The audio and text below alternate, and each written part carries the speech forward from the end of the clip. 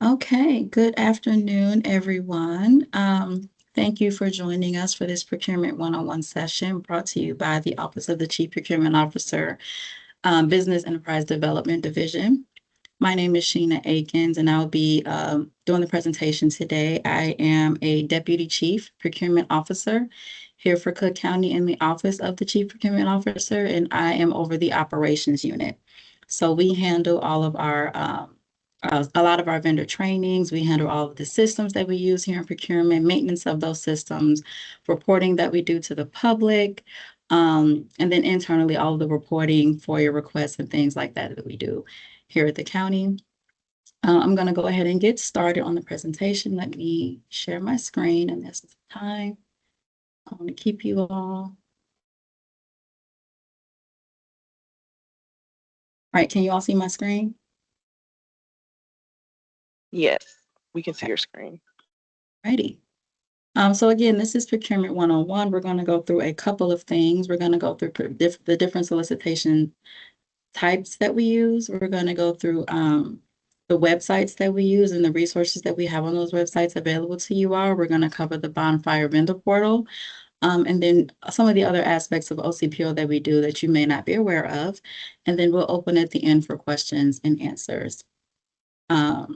So it's difficult for me to do the presentation in the slideshow format because then I can't see any of the questions that you guys have. So I'll just use it this way if that's okay. But we will definitely upload the slide deck for you all at the end of this meeting so that you guys have it. Is my mic working okay, LaQuanda? Yep, we can hear you. Good. All right. So some of the topics, like I said, that we're going to discover: introductions to procurement. So the different types of the different ways we procure goods and services, and then different types of solicitations we use to procure goods and services. Who we procure for here at Cook County and who we don't purchase for. Like I said, our OCPO website, the resources available there, the bonfire vendor portal, and then additional things that you guys may not have known about OCPO and what we offer to you all. Sorry, I can't find my mouse. There it is. So introduction to procurement, why we do what we do.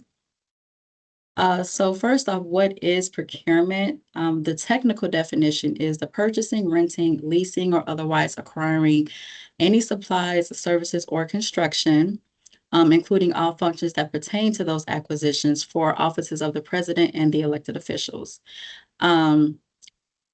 Also, the process of utilizing public entities for the procurement of construction supplies, materials. So basically, we would make sure that we procure services, goods, commodities, equipment, any type of service, whether that's hands-on technical, any skill-related service like legal, instructional services, work services such as lawn care maintenance, painters and movers, you name it, we procure it, from anything down to a ballpoint pen up to the construction of an entire building or maintenance of our highways and things like that. So whenever our office is under the president or any of our elected officials at Cook County spend money on goods and services, it comes to procurement just so we can vet the contract. So that's really what we do. We make sure that contracts are in place, they have a legitimate business purpose, and that we are optimizing taxpayer dollars where we could. All right, so the basic goal of public procurement is to satisfy the customer by obtaining the optimal market response to a requested need at a fair and reasonable price. So like I said, we ensure that we are getting fair competition. We are opening our competitive solicitations to the public so that anyone has the opportunity to bid. And we want to make sure that the price is reasonable and fair for the agency and that the scope of work meets the need of the contract for that agency. So in other words, we make sure that we acquire the right product or service in the right quantity and the right quality for the right price at the right time. And also, in order to do that, to fulfill that mission, the mission of the OCPO is to provide an open and transparent procurement process that promotes maximum competition, promotes diversity, equity, and inclusion, and implements efficient procurement practices that leverages the county's overall best value and quality. So again, all the pricing, cost savings, and all of that we do to make sure that we fully bake that contract and make sure that it's a great resource for the county. The values of OCPO are integrity, innovation, continuous improvement, commitment to customer service, and educating and empowering users and stakeholders, such as this presentation that we're giving you all today. So make sure that you guys have more insight on how to do business with Cook County. So now we will dive into the different types of procurements that we do. So how we do what we do. So I told you our role is to make sure that we are providing goods and services to our end users, but here is how we do that. There are two types of procurement methods, overall procurement methods that we will use: a competitive procurement and a non-competitive procurement. So our competitive procurement, obviously, they're advertised on our Bonfire vendor portal and in the Tribune. We open it to the public, and anyone interested has the opportunity to respond to that solicitation, right? So that would include bids, proposals, and our RFQs and qualification packages. They're open to everyone. Everyone has the same opportunities and have to submit the same documents to us to make sure that it's fair. But that's a competitive solicitation. Anyone can submit a response.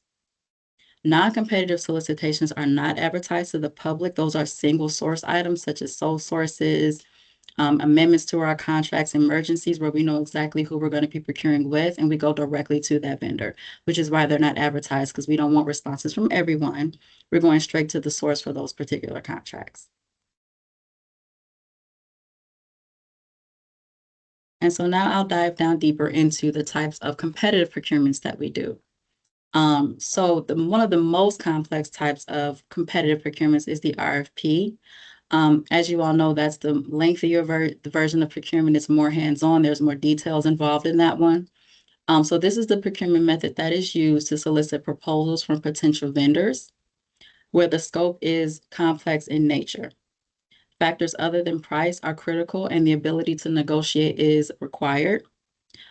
Pricing is considered, but it's not the determining factor for award.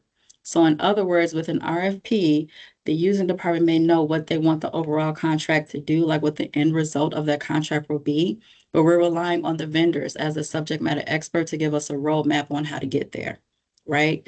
And so each of those proposals may have a different approach to meeting the need for that agency, and that is where the evaluation committee comes into place. That is where they review and score all the proposals to see which proposal best meets the need of that agency, and that's how the award is determined. They do review pricing to make sure that it's fair and it matches the scope that's provided or the statement of work that's provided, but really they're relying on the technical proposal to ensure that each vendor is able to provide the need or fulfill the contract that we presented to the public. So that's an RFP. There is a committee that reviews those. They do have to be presented to the board depending on the dollar amount. They do take a little longer because of that review, but it's one of our more complex forms of solicitation because we're relying on the vendor to tell us the best way to fulfill that contract based on the scope that we provided when we posted. Next, we have the request for qualifications, or what we call the RFQ. So these are typically used to obtain qualification packages from vendors. And to sum that up, we're really looking for a pool of vendors to do work for a specific type of project. And you'll find those most commonly in our highway department, Department of Transportation and Highways, or on our construction projects. So we may post a project, for example, this is one that I use all the time when we're doing our trainings. Let's say our Department of Transportation and Highways wants to solicit for qualified vendors that can provide maintenance of our roads and highways, right?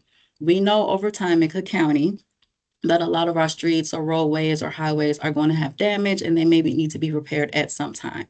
We may not know exactly which highway or when that highway would need to be repaired, but we want to make sure in the event that that does happen, we are covered and we have vendors in place that can fulfill that need, right?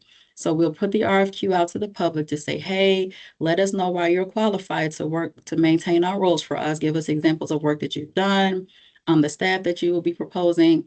And then when the need arises, we'll select from a pool of vendors and go down the list and keep rotating as those roads, the needs for the maintenance of those roads become available, right? So once the RFQ is posted and we select our pool based on the qualifications, we'll say, hey, vendor A, Joe Orr Road needs to be maintained out in Tinley Park, or we'll say, hey, Torrance Avenue has a dent in and we need you guys to maintain it over here. So the vendors will rotate based on that pool as the need arises. So that's the difference between an RFP and an RFQ. An RFP will award directly to vendors, and those vendors would maintain that contract throughout the life of the contract. With an RFQ, we kind of rotate based on the need as it arises. We know what the project itself will be, but we may not know when or where that need may arise. And that's what the RFQ is for. And if you guys have any questions about that, let me know. And then next on the list for competitive procurements is the invitation for bid, which is another common one. So this is the solicitation that is solely, where the award is solely based on price. Unlike the RFP, where we have an idea of what we want, but we're relying on the vendor to tell us the best way to meet that need. With an IFB, we know exactly what we want. So these are more common for commodities, equipment, where we have exact specifications, or some type of services such as work services like painters, movers, electricians, and things like that, where we're just really asking what you charge for per hour. The IB is solely based on price. So there's no wiggle room with the specifications. There's no wiggle room with negotiations. You cannot change your pricing. We know exactly what we want down to the T, and we're just asking for vendors to give us their best price for that. And the vendor who is the lowest responsive and responsible bidder will win that award. So that's the difference between the RFP, RFQ versus a bid. A bid, there's no wiggle room. The specs are what they are. Just give us your price. And if you are the lowest, you will get the award. Okay, so when it comes to competitive procurements, there is a general process that we do follow for all of them, more specifically for RFPs and RFQs. But it starts when the department identifies a need, or they have said, hey, we know this is what we want and this is what we need. They come up with the scope of the specifications, and then they send that information to OCPO. Once we receive that information, we notify vendors of the opportunity via bonfire, and I'll go through that later on in the presentation. Vendors are able to submit their response to that request up until the due date and time that's posted. Once the buyer receives those responses, they'll do their responsiveness check to make sure that the vendor has submitted all of the components to their proposal that we have asked for. And then for RFQs and RFPs, those responses will be evaluated by a committee to determine award. Those contracts could also be negotiated with the recommended awardees. That's only RFPs and RFQs. For bids, once we open those solicitations, we award to the lowest. And then once the contract is prepared for board review or CPO approval, it is executed by our CPO and then notified to the vendors are notified that they are able to provide the service at that time. But depending on the complexity of the scope and the project type, a competitive solicitation can take 6 months to a year, depending on the scope. The more complex the scope, the longer it can take because the evaluation will be a little more intense.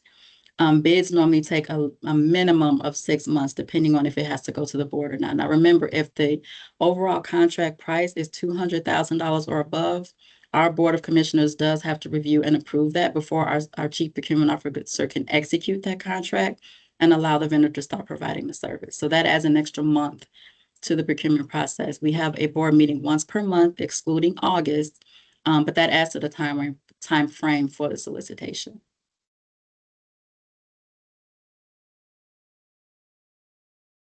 Okay, and then next we have some non-competitive procurement methods. So like I said, these are ones where we're going straight to the source. We know exactly who we want to award the contract to. So sole sources would be a good example of that. It's based on a justification that this vendor is the only one who can provide this service or has the skill to fulfill the contract.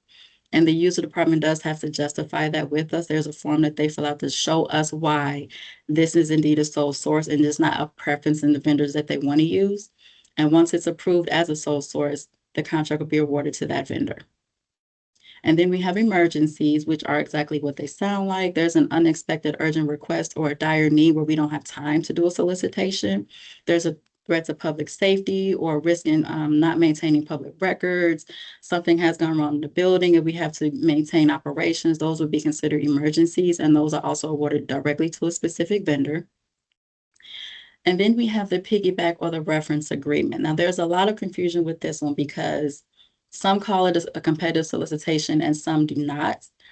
Piggybacks originate from an agency doing a solicitation and awarding a contract and allowing other public agencies to utilize the scope, the term, and pricing of that contract. So, for example, The city of Chicago may do a solicitation for debt collection services, for example, and they have awarded contracts to maybe 3 or 4 vendors to provide debt collection services for them.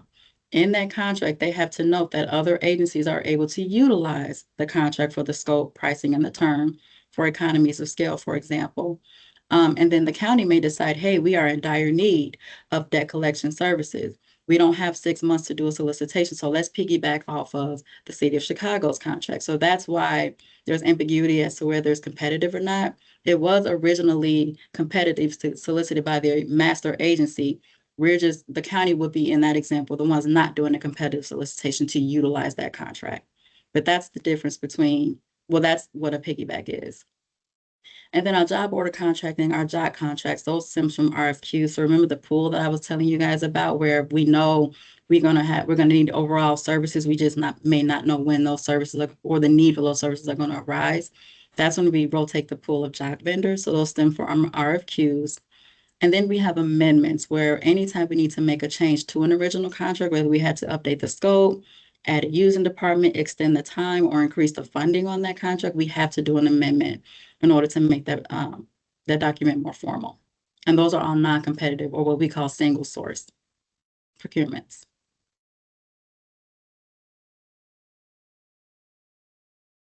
Okay, so who do we procure for?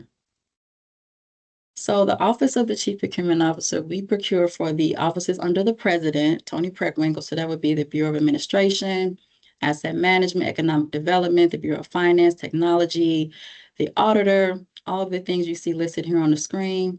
And then all of the county elected officials, so the Board of Commissioners, Board of Review, the clerk, the treasurer. And the difference between the two is the county elected officials are the departments that you all vote for the leader for. So the sheriff, the state's attorney, the public defender, the treasurer, those are all the individuals that you all vote for. The bureaus under the Office of the President are just there to maintain daily operations for Cook County. But that's the difference between the two. You vote on the elected officials, the others are already in place. Now, again, I get this question a lot too. If I want to do business with the clerk of the circuit court, does my business have to be in the business of doing clerk work? And the answer to that is no. So, for example, the clerk of the circuit court, they may say, hey, we need money counter machines, or we need ballots mailed out, or we need office supplies.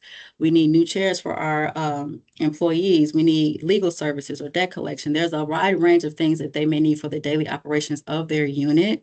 So when you see these names for the agencies that we procure for, don't think that you have to be in the business of doing what that agency does. Any need that they have, we can procure and solicit for. So it doesn't have to be specific to that department, as long as it helps maintain the operation of that unit as a whole. Just want to make sure we pointed that out, because I get that question a lot. We do not procure for, even though the Forest Park Preserve District is an entity of Cook County government, and so is the health and hospital system. They have their own procurement entities. They procure on their own, and we can give you guys the websites to go and look at their contract opportunities.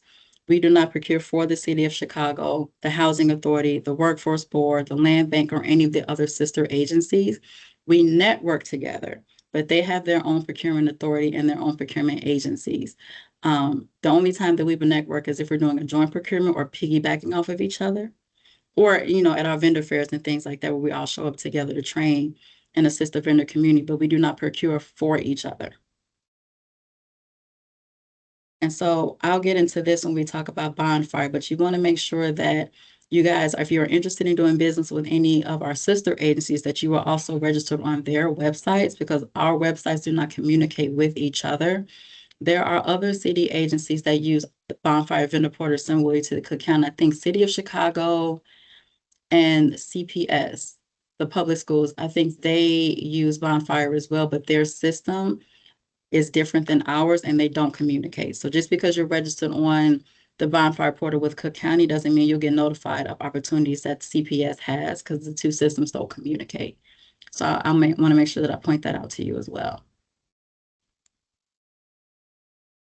Okay, so now we're going to get into the OCPO website. I'll talk about some of the things that we offer on the site, and then I'll do an actual walkthrough so I can show you guys how to actually navigate the resources that we do have available.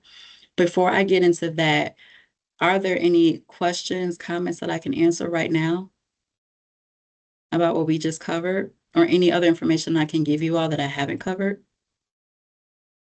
Let's see the chat here. I see a hand. Cecilia? Hey, Sheena, I have grabbed all their questions. So Oh, at okay. Q&A, I'll Okay. read them out to you at the end. Oh, at the end? Okay.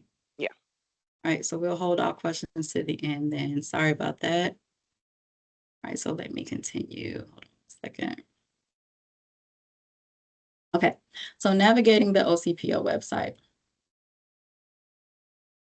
So on our homepage, we do provide resources and guides on how to do business with Cook County, previously awarded contracts and amendments, all of our bid tabulations, those things are available on our homepage. One of the most important things that we post every year, and we should be posting, we're a little late this year because we had some last minute additions to our buying plan, but the interactive list of anticipated purchases is a really good place to start if you guys are interested in doing business with Cook County, because what this is going to show you, for every using agency that OCPO procures for, they give us a list of all of the competitive solicitations that they plan on posting to the public, right? So every year, at the beginning of the year, they go through all of their needs and wants, and then they let us know what those needs will be, and then we let you all know when we plan on advertising those needs. And we really do get close to that buying plan. So for example, if something is supposed to be advertised in the first quarter, and I'll show you what the spreadsheet looks like, it may get pushed back to the first quarter of the next year, but it'll still be advertised.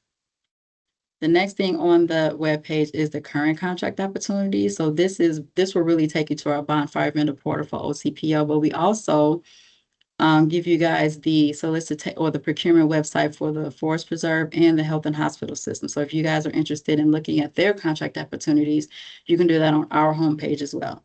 And we list some of our sister agencies. I can't remember how many, but some of them are available there too. The other thing that I think is really useful for vendors is our open data page with our contract and amendment library. So by code, we are required to post any executed contract and all subsequent amendments to the public. On open data, that goes as far back, I think, as 2016 or 2017. So all of our contracts and the resulting amendments are all available on our homepage. That is a good place to start if you're interested in doing business with Cook County, because you get the full contract, all of the supporting documentation. So remember when I was saying we do our responsiveness check to make sure the vendors have submitted all of the documents we asked for, you'll be able to see what those documents look like and how they are filled out. It also lists the pricing or the compensation schedule for that exact contract. So if you want to know what has been being charged for that contract, you can look right on the contract. The awarded vendor is there, the department name is there, the total contract amount is there. So it's a good place to start doing research.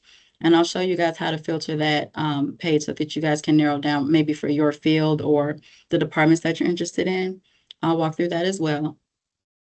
Another thing that is useful on our homepage is the bid tabulations.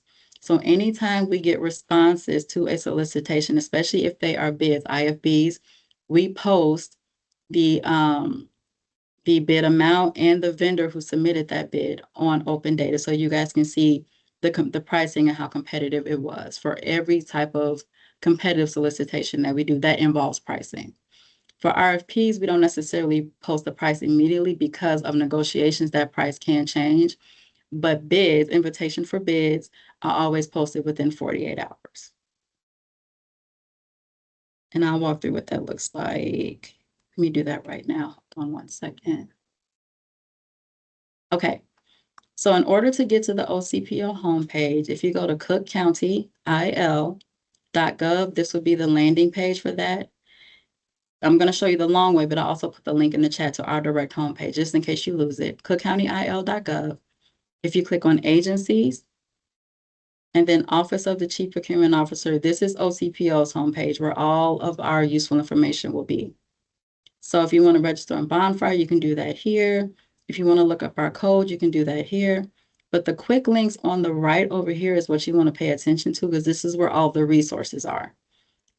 So here are a list of our sister agencies where I say we give information on their procurement pages. So if you want to know what their contract opportunities are, you can visit here. our current contract opportunities. If you click here, this will take you directly to our bonfire vendor portal. And I'll go through a walkthrough of that after we do this section. But if you click on procurement data and information right here in the middle of this list, this will take you to the buying plans that I was telling you about.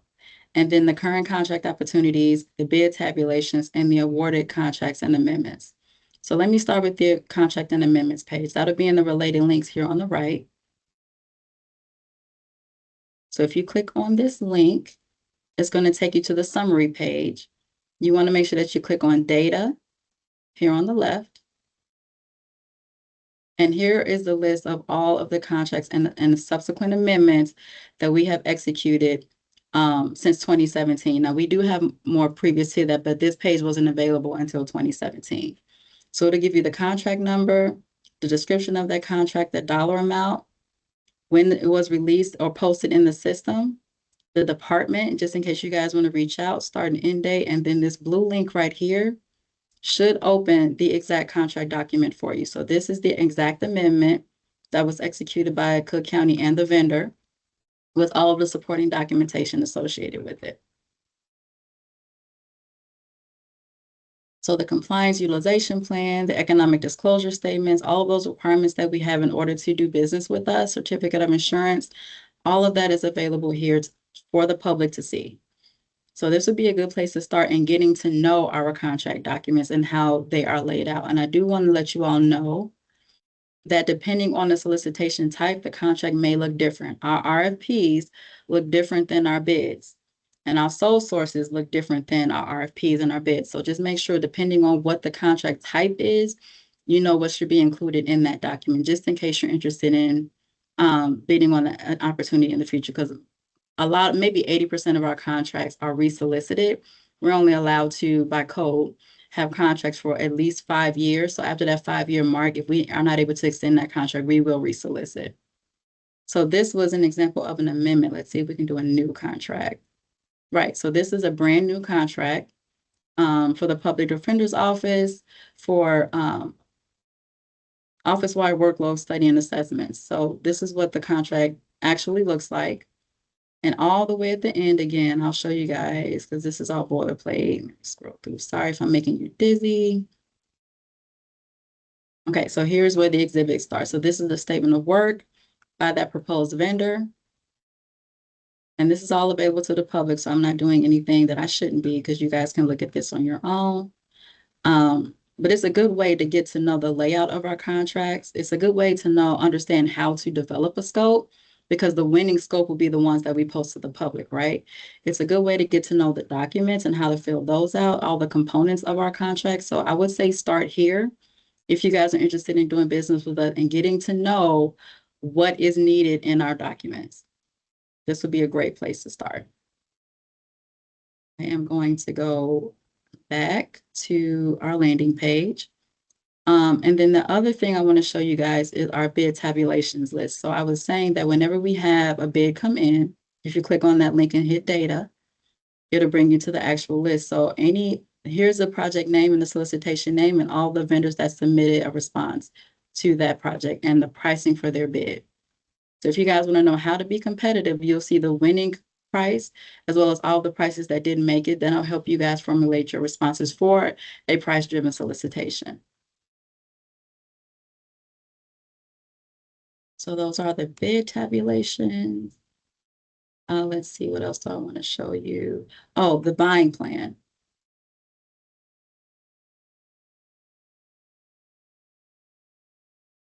Right, and so this is a list. Oh, this is for fiscal year 18. Let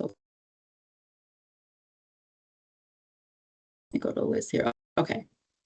So from FY25, we haven't uploaded 26 as of yet because we had some people who were late getting us information, but we have the buying plan number, the type of service, the type of commodity or contract is going to be whether it's architect and engineering, commodities, work services, professional services. We have the department that is the lead for that particular project, a description of what it's going to be for. And one feature that we added last year is the current contract number. So remember how I was saying a lot of our contracts are resolicits. If you guys want to know what the original contract was for this particular project, we offer that here. So on that page where I showed you guys the awarded contract and amendments, if you type this number in, it'll bring up the exact contract that was awarded before we resolicit. An estimated dollar amount for that contract or a range, because again, we won't know the exact amount until it is awarded. The estimated term for that contract and when we anticipate advertising. So our buying plan is typically, well, strictly for competitive solicitations, but we'll let you know if it's a bid or an RFP or RFQ. If we're not exactly sure when it's going to be advertised, we'll have the TBD, but it will be in that fiscal year. But this is a very good place to start also. So if you guys know that you offer any of these services, you can feel free to come here and look to see when it's going to be advertised and then go back and check our bonfire vendor portal to make sure that it has indeed been advertised. And I do want to keep in mind when we talk about our quarters, they may look a little off from the calendar year because our fiscal year is from December 1st through November 30th. So it's not the calendar year, January to December. So our first quarter starts December 1. So that's why some of these months look a little off when we talk about the quarters because they're a month behind technically, or a month ahead, I'm sorry. But this is also a really good place to start for understanding what we're planning on posting so that you can take a look when the time arises and you'll anticipate it coming. So if you know you are interested in doing, parking lot curb replacement, you know that you're in the business of doing that and you know it's going to be advertised in the second quarter, you can already get a head start on getting your proposal together, getting your teams together so that you're already ready to present a proposal when second quarter arises. Okay. One of the things that we also started doing is posting what we call the Cook County Procurement Resource Guide. And this is a useful tool also, in addition to the list of anticipated purchases. You guys might have received this if you were at our Pathways event or anything like that. This is a resource where we provide a lot more information about OCPO and how we do what we do. So a lot of information I gave today is in this booklet. And then, so here's the table of contents, everything that we are presenting in this book, but it also gives information on in a little bit more detail about some of the things that I just covered, right? Who we purchase for, who we don't, more details about the procurement method, a little more than I listed in this presentation. The difference between the CPO's authority and board approval, right? And then we get into the list of anticipated purchases. We explain all of the columns in that list so you know what you're looking at. We offer information on the types of contracts that we're going to be presenting and then the number of those contracts and when they're going to be advertised. So basic information. And then here is the actual list in PDF form from FY25. So the list that I showed you on Open Data, this is the same thing. It's just in our booklet. But after the list of anticipated purchases, and I'm sorry again if I'm making you all dizzy, almost there, we get into the links for the health and hospital systems again, the link for the Forest Preserve, more information about our website and how to find information on our website, and then information on the bonfire vendor portal. So this is also available at your fingertips. We can send you this booklet if you need to, but it's on our website just in case you guys want to access it. It has a lot of good resources about how we do what we do, resources we provide you all, the different areas of OCPO. So this would also be a really useful place to start. Let me go back, I'm sorry. Okay, so that is our homepage, a lot of the items that we have available here on our homepage. If you guys have any questions, I can address those at the end of the presentation. But let me get back to the next slide. So now we're going to get into the bonfire vendor portal. So this is the portal that OCPO started using in, I want to say 2020 or 2021. We did away with paper proposals and paper submissions. Everything is electronic now.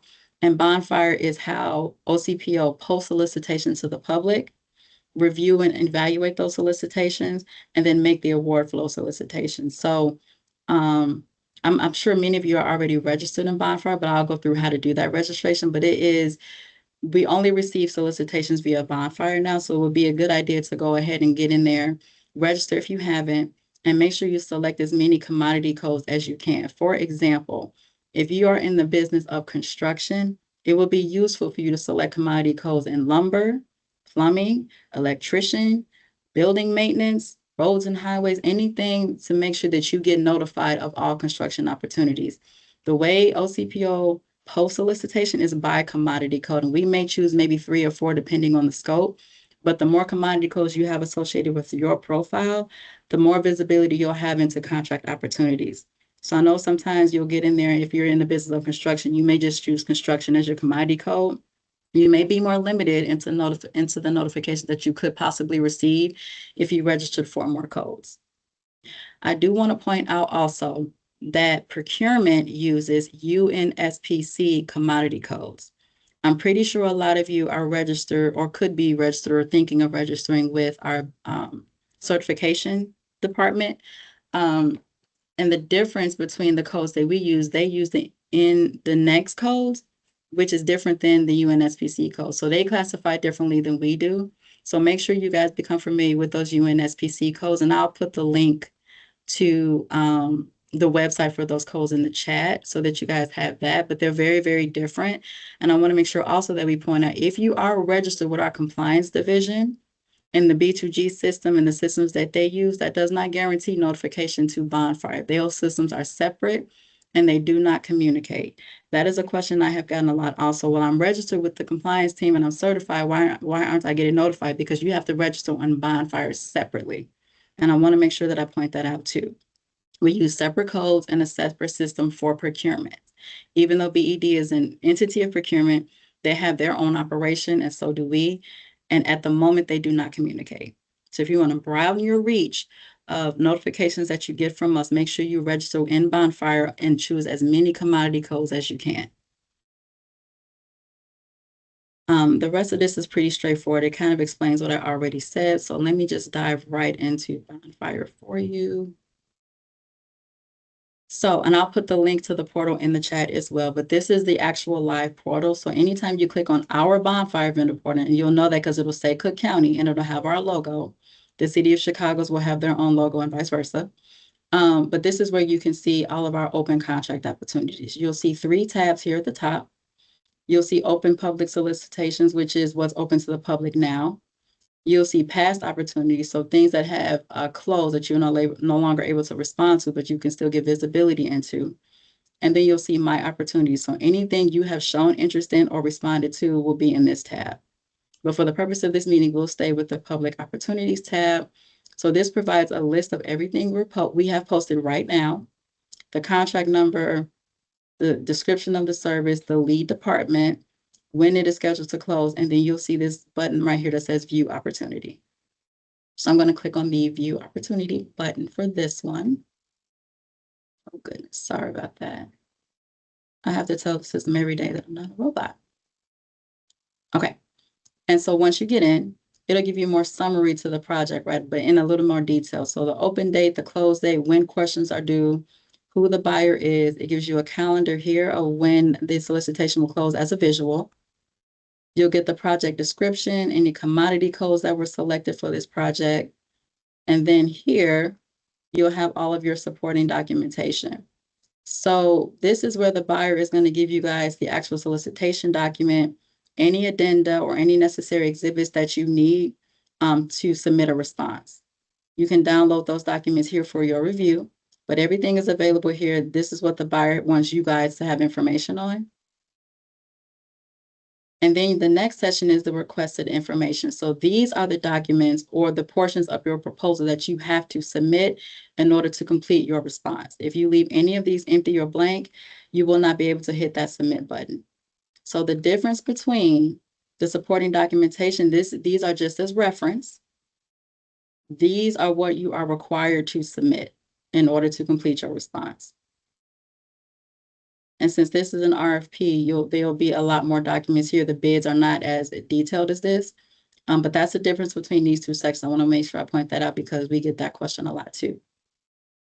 Another wonderful feature about Bonfire is the document taker section. So for those of you who don't know what this is, this shows a list of all the companies that have shown interest in or clicked on this project the files that they clicked on, and then you can also view that company's profile in the Actions tab. Again, this is a networking opportunity here. If you guys are not able to attend the pre-proposal or pre-bid meetings, for example, this is a good place to network because vendors who are certified MWDBE, they can indicate here that they are certified, what they're certified as, and the certifying agency, just in case there's a goal on this contract that the prime vendors are not able to meet. They'll know that they can reach out to you if you are certified for the opportunity to fulfill the goal for that contract, which is a very useful thing also. You can also ask the buyer questions directly in the portal. So previously, you guys would have to send emails back and forth and wait for responses from the buyer or wait for the addenda to be posted. Here you can send your questions to the buyer directly in the portal.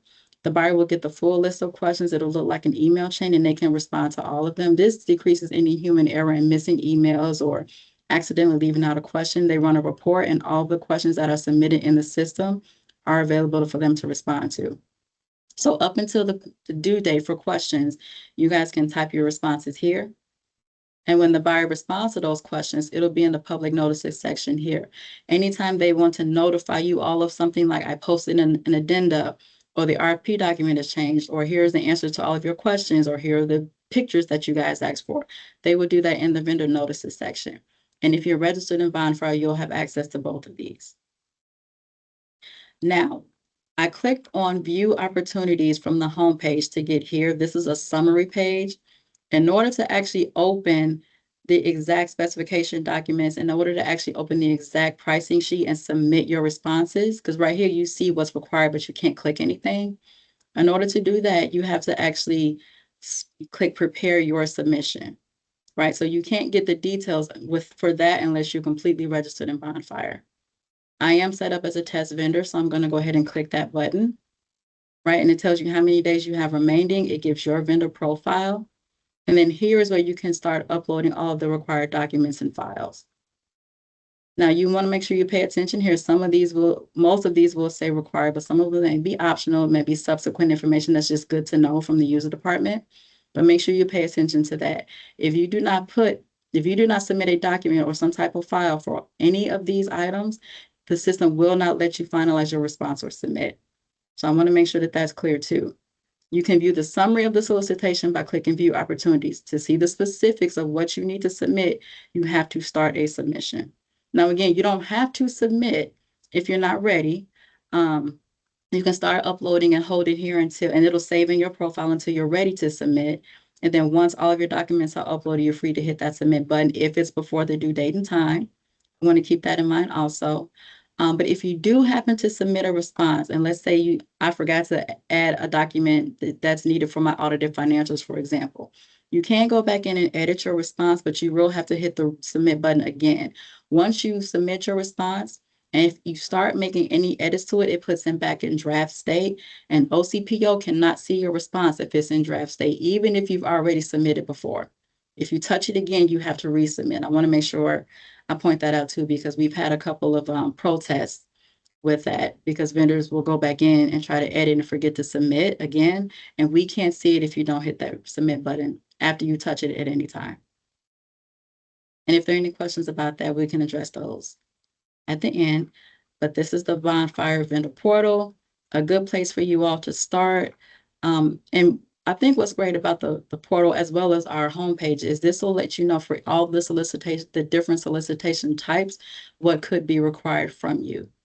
Keep in mind also that depending on the buyer and how complex the scope is, the project may not be itemized this way. For example, you may see some RFPs that have one requirement for the pricing and one requirement for the technical proposal. You may not see everything itemized like this. But just keep in mind that you still have to submit all the components that are required in the RFP. So I'm going to go back one. Okay. I'm going to go back one screen. I'm going to open the actual RFP document for this solicitation so you can see what an actual live RFP looks like.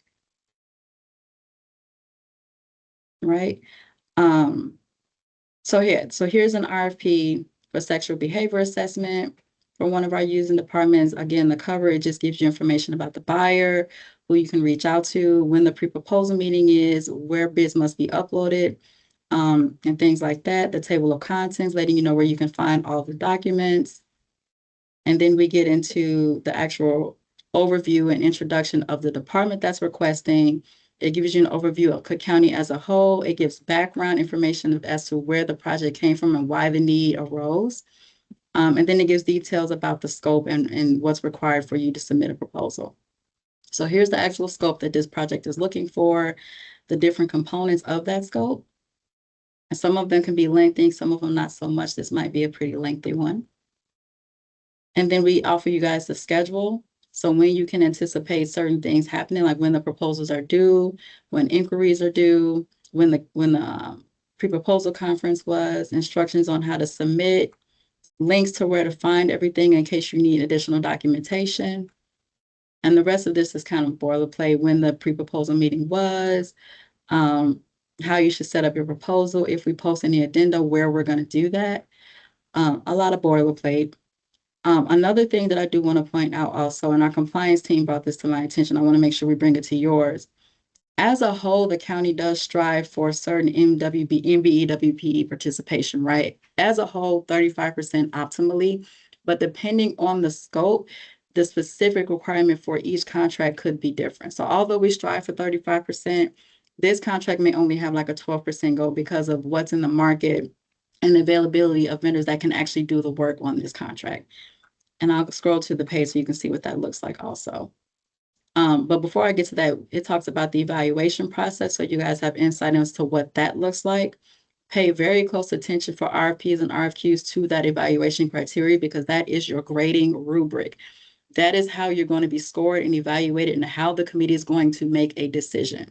So in addition to the submittal requirements, what we're asking you to submit and what should be in those documents, make sure you pay attention to this grading rubric here, because this is how you're going to be scored. This is the syllabus, so to speak, for this proposal.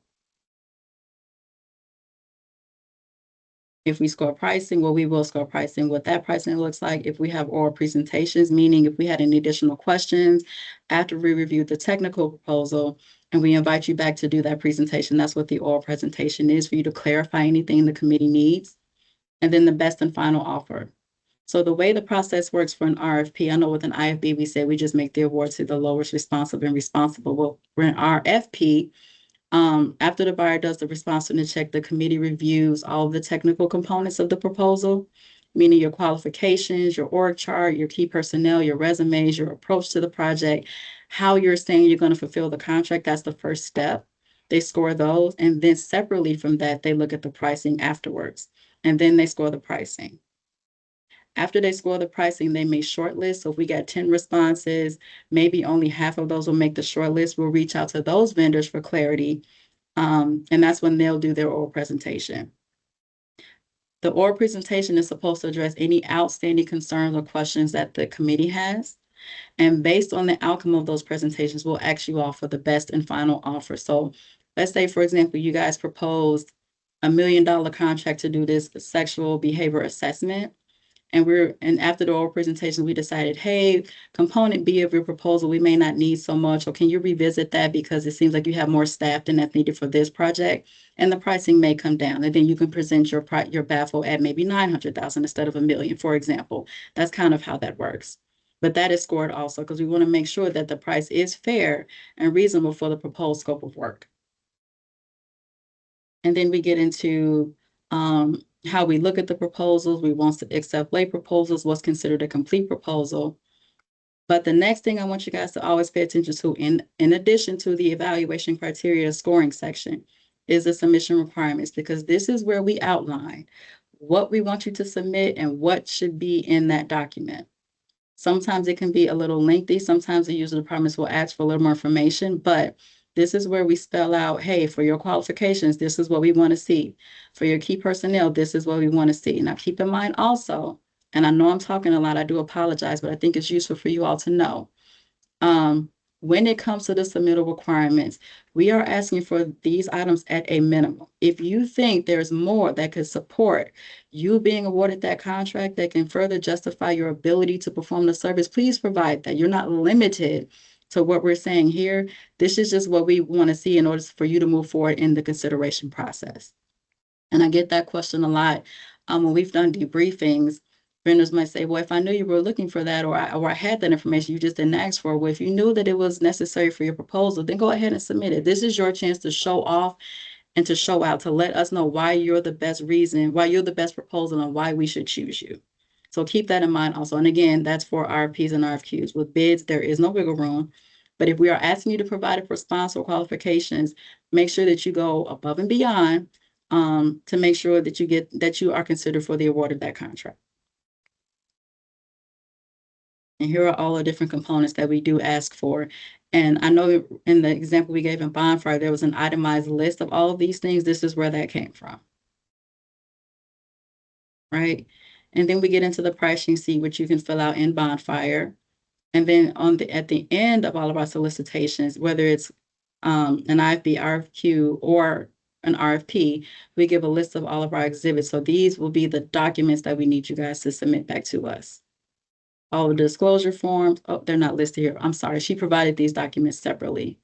But this is where they would be housed if they were embedded in the solicitation document. I can go back to Bonfire and show you. Yeah, so here are all of those exhibits here.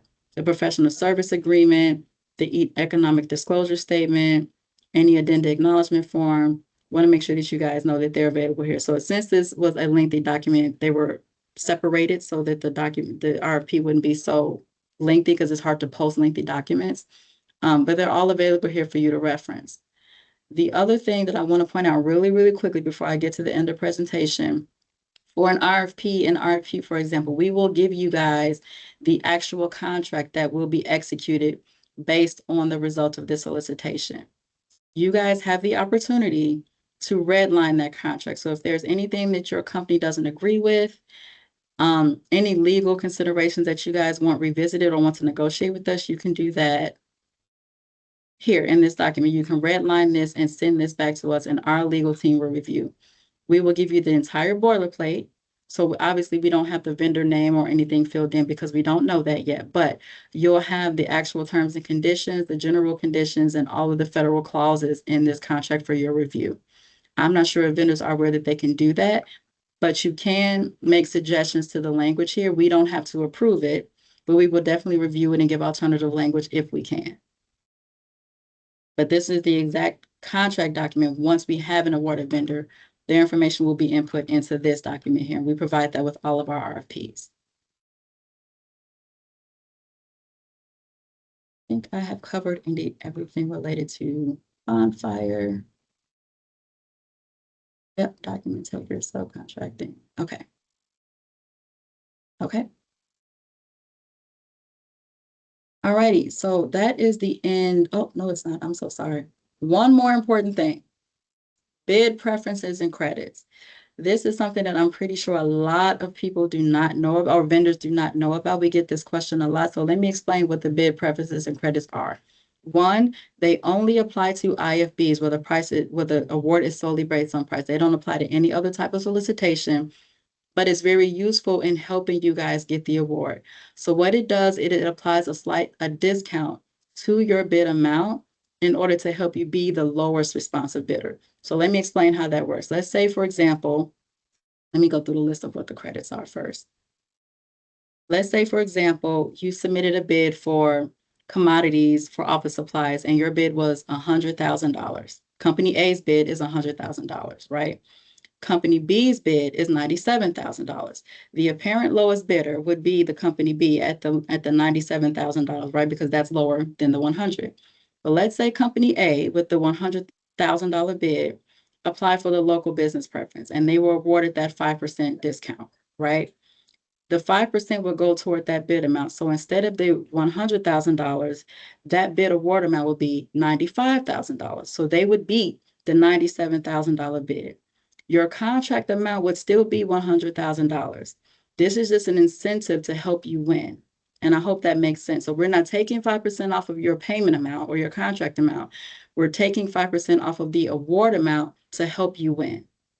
So these are all the credits that you can apply for. You can only be awarded one, but you can apply for as many as you need. And all the applications are in the exhibits to our bid document. And again, this is bids only, IFBs only.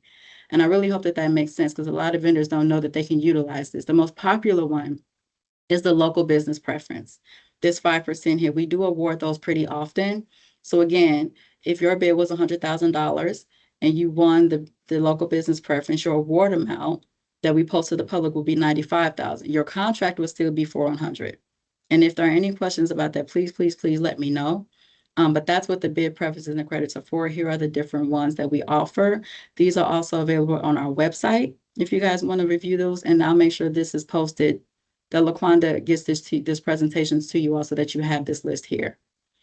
In the essence of time, let me make sure I cover the bid surplus, or the public surplus, I'm sorry. So a lot of people also don't know that the county does sell surplus equipment, office supplies, vehicles, jewelry, anything confiscated by the county that we are not using.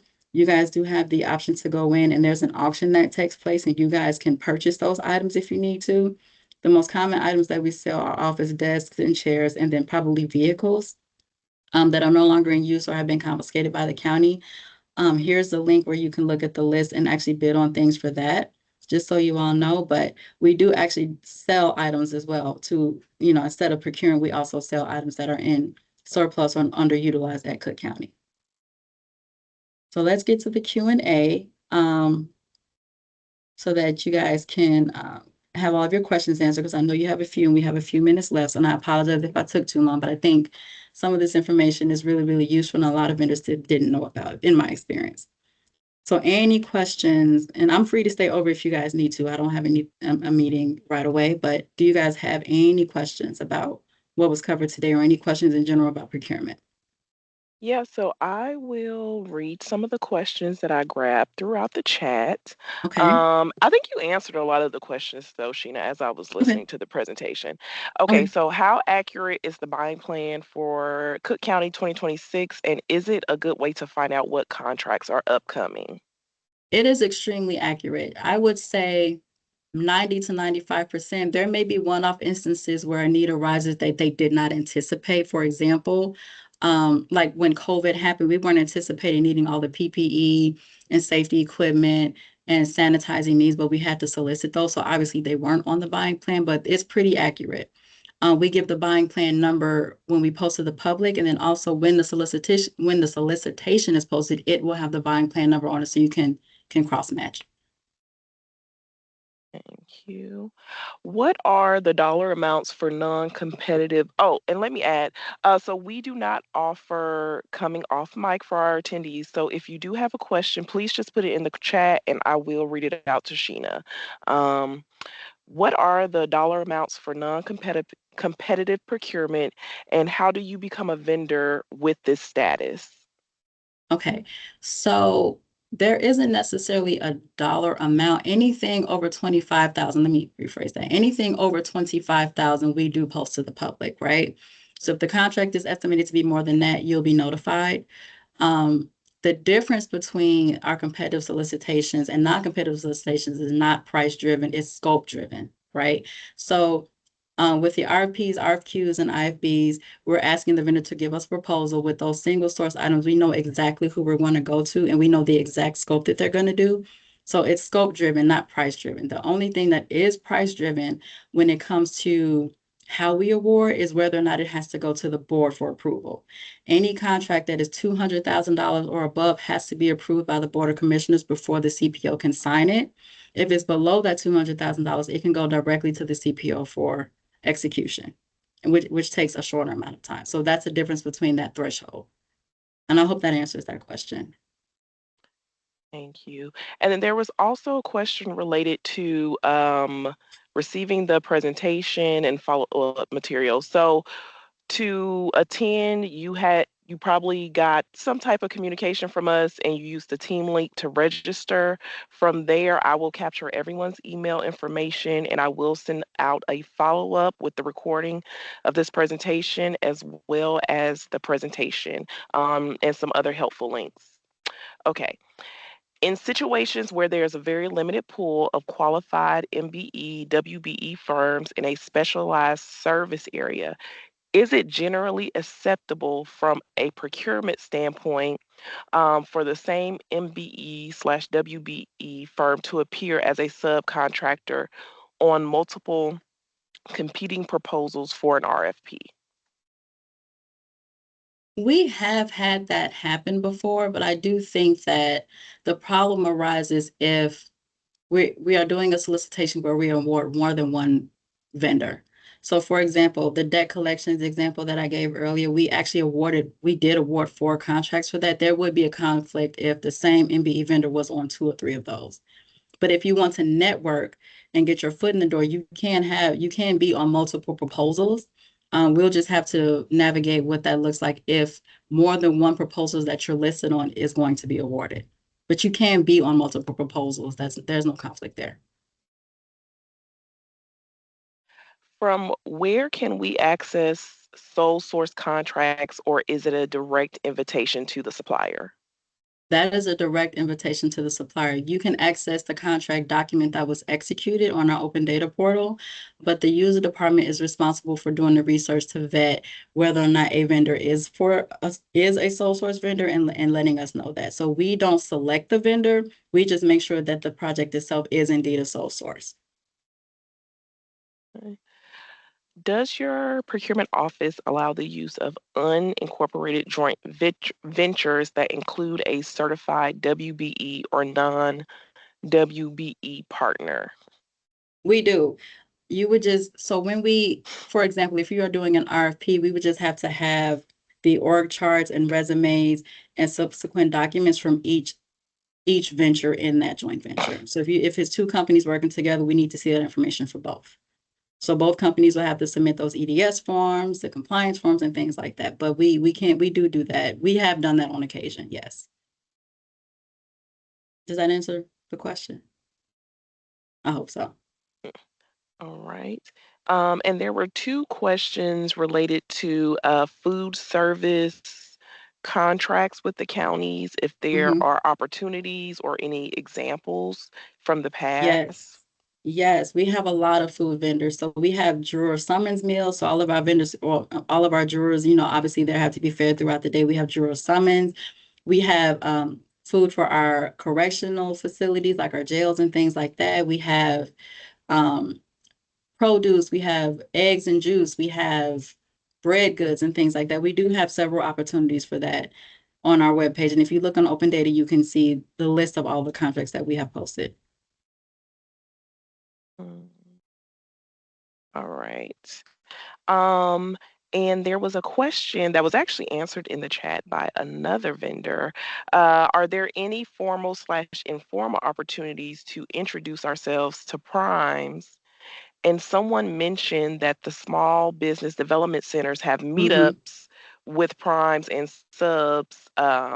So that is an opportunity to connect with prime vendors. But I'll also turn it to you, Sheena. Yeah, so there is the opportunity to do that. I would say at all of our vendor fairs, you can network with prime vendors. Coming to those pre-bid and pre-proposal meetings is a good way to do that also. In addition to the document taker section in Bonfire, that's a good way to network with interested vendors in that project in one room or in one meeting, because now they're all remote. So I would say come to those pre-bid and pre-proposal meetings also. All right. And I see a question from Yolanda. How can I connect as a vendor? Can you specify? Do you mean connect with primes, connect with other small businesses? How, in what way are you trying to connect as a vendor? Can you reshare that? With Cook County, how can I connect as a vendor with Cook County? Okay, so I would say register on that Bonfire vendor portal, become certified with our compliance department. Those are the 2 primary ways of getting on our list and seeing our opportunities. Outside of that, if it's a non-competitive solicitation, networking with the department. Again, they can meet with you all to see what you guys offer. They just can't talk about anything specific so that you don't have an advantage if we do a solicitation. But you can network with the department to let them know what you offer and come to those and register in Bonfire and become certified on our certification list. All right. Are there opportunities for medical companies to apply for contracts? Absolutely. Our medical examiner's office and health and hospitals, for example, they have a lot of opportunities that you guys can apply for. It just depends on when they're posted. But we do have a lot of contracts with our medical team. Yes. All right. Um, there was a question. Can you reshare the information related to accessing the data website, which shows the awarded proposals? And I I see just put you that link dropped in the the link in chat. the chat. Thank you. Yep. No um, problem. what is the requirement for MBE/WBE participation? It depends on the scope of the contract. Our overall goal may be the 35%, but depending on the scope of that contract and how many vendors on our certified list can do the work, that number may decrease. It depends on that specific solicitation. So you'd have to look at the solicitation to know what that goal is. Does the county have reciprocity with any other agencies regarding certification? City of Chicago. We only have a relationship or reciprocity with the city of Chicago at the moment. I know our compliance team is working with on the state of Illinois reciprocity, but right now it's city of Chicago.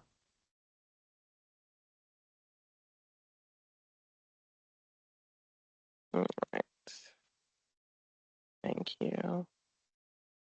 Um, and our lovely manager, Ash, added a note that I will read out. One additional note to add to what Sheena mentioned earlier, we are in the process of introducing industry day events along with user agencies soon. So please stay tuned. When I send out my follow-up email, I will send a link for you all to access our newsletter. So please sign up to our newsletter. We send out newsletters twice a month with a lot of information as far as events that we will have virtually or in person. So it's a great opportunity to access a lot of great information from the OCPO. Any other questions?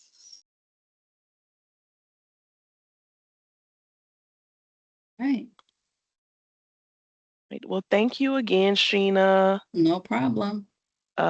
Great presentation. I actually learned a lot too, even though I am in the OCPO. There will be an email that will go out no later than tomorrow with links, the presentation, and a link to our YouTube where you can see the recording of this presentation. So we thank you all for your time and staying over. And all right, can an MBE WBE be considered as a prime? You can. Yep, you absolutely can. All righty. All right. Well, Okay. thank you everyone for your time. You've been a great audience, great questions. And thank you again, Sheena. Of course, anytime. Thank you all. Have a wonderful evening or afternoon.